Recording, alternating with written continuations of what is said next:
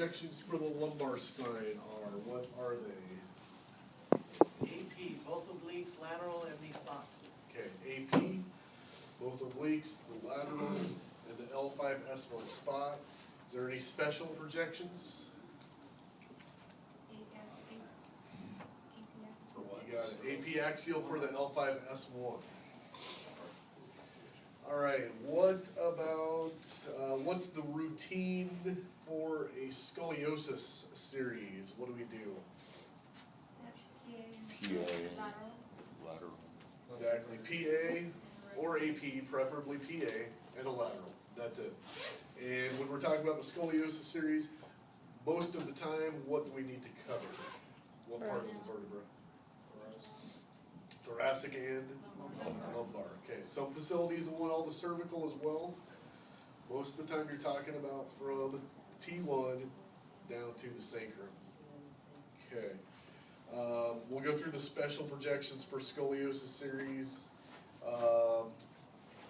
So, AP lumbar spine. If I want to see, if my facility requires me to see all of the lumbar spine and the sacrum, you guys tell me what size image receptor and where am I going to center? 14 by 17 iliac crest. You got it. So again, if I'm talking about, and there's a couple ways you see that worded, if you need to see all of the lumbar spine and all the sacrum, or if you see it worded as the lumbosacral region, we're talking about the 14 by 17 centered at the crest. So if we're centered at the crest, what should be on the middle of our film? L4, L5, Well, yeah, the L6. crest, but specifically the L4 L5 area of the lumbar spine. So that's what we're looking at. Okay, and then if we are using the 11 by 14, where would we center? L3. Very good, L3, which corresponds approximately to Middle of the margin and the iliac crest. Okay, so it's going to be slightly below the inferior costal margin. You see right up here. Here's my inferior costal margin. L3, here's, I can see here, L5, L4, L3. So it's just slightly below that margin right there. All right. And if we use the 11 by 14 centered at L3, what must we see on our image? L1, L5. L1, L5.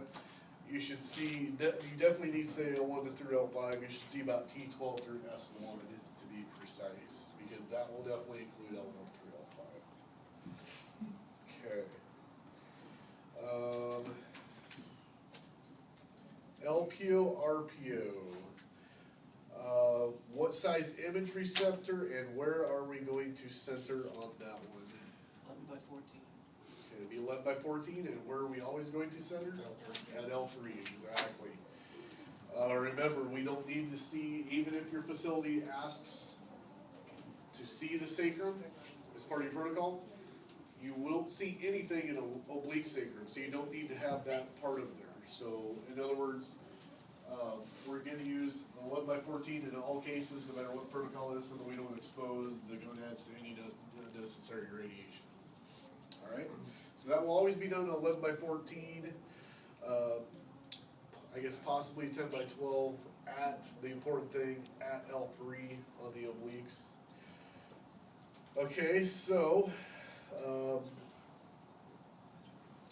what specific anatomy are we looking at on an RPO for the lumbar spine? Okay, right side what?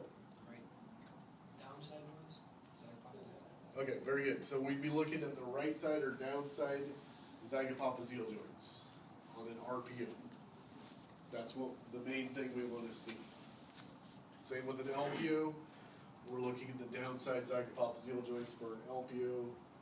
What about if you would do these, which are not going to be very common, but if you wanted, if you did an RAO or an LAO, which zygapophyseal joints we're looking at on that? Upside, exactly. So RAO is going to show the left, LAO is going to show the right. Okay. We should see a Scotty dog on those views, correct? Yeah. All right. What if the pedicle or the nose of the Scotty dog.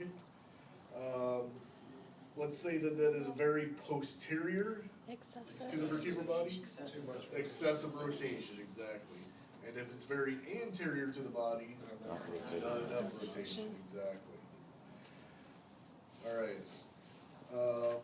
Speaking of the Scotty dog, the nose corresponds to what? Transverse Transverse process. process. The foot corresponds to Inferior articular process. very articular process. The ear, Superior articular process. superior articular process. The eye, Pedicle. what am I missing? And The then- neck. Large Pars lamina. pars interarticularis or the lamina would be the acceptable answer. Okay, so that covers the obliques. Lateral lumbar spine.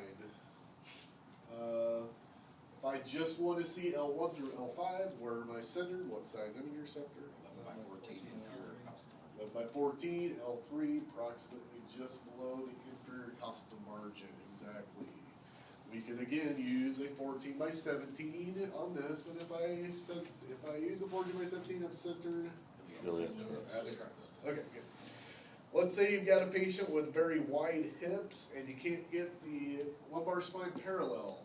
And when you take the image, the joint spaces are not visualized very clearly. What can you do to correct that? Positioning sponge, both are right there. Positioning sponge would be the first choice. Put that underneath their waist there, or if that doesn't work, I guess another answer possibly could be to angle 5 to 8 degrees Caudet. I won't have both of those answers on there, just so you know, it'll be one or the other, so be looking for that. So again, if you can't get the spine parallel to the tabletop or the image receptor, and your joint spaces appear closed, positioning sponge or angle 5 to 8 degrees Caudet will correct that. Alright, so besides the intervertebral disc spaces, which you would see on the lateral, what other very important structure or structures would you see on a lateral lumbar spine? Very good. Intervertebral foramina. And you're gonna see the left and right intervertebral foramina superimposed on top of each other. So where you see these little